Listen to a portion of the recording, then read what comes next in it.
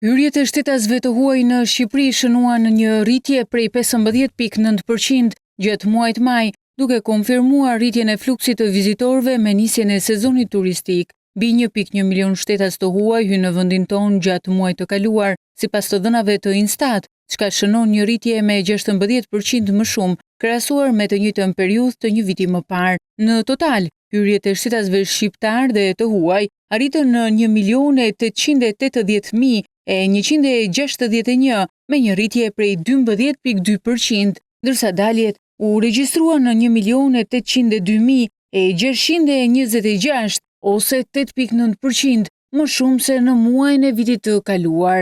Sipas Instat, 70% e vizitorëve të huaj vijnë nga vendet e Europës jugore, ndërsa 12% nga Europa perëndimore.